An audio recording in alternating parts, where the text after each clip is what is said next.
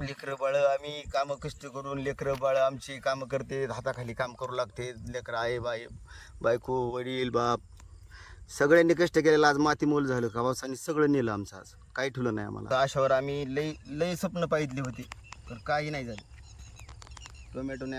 टोमॅटोने साथ दिली ती हो, पण निसर्गाने जागा दिला आम्हाला.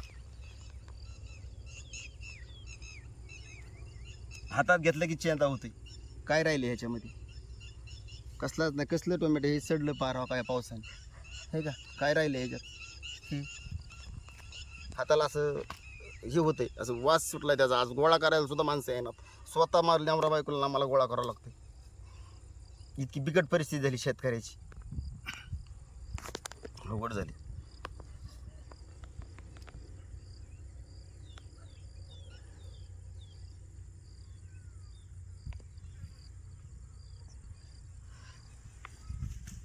आमच्याकडं पहिलेच दुकानदाराची उधारी, औषधं खतं वगैरे, की बोललो गो बाबा टोमॅटो चालू झाल्यावर तुझी उधारी थोडी थोडी करून देऊ, थोडं आम्हाला राहील, थोडं पोराचं शिक्षणाला जाईन, असं तसं ह्या गोष्टीने आम्ही लावलं होतं.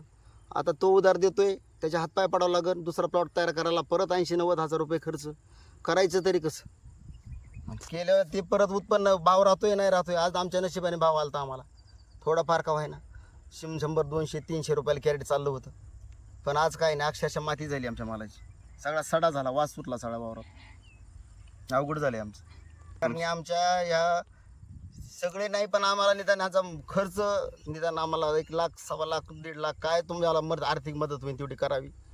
सरकार मायबापाची आमच्यावर लय मोठी कृपा होईल एवढं जर आम्हाला सहकार्य केलं. कारण आम्ही यातून वर यायची आमची अपेक्षाच नाही राहिली आता.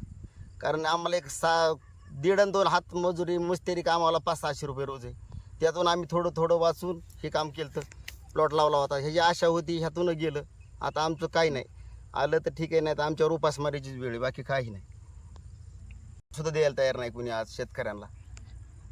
कंडिशन आमची फार बिकट झालेली.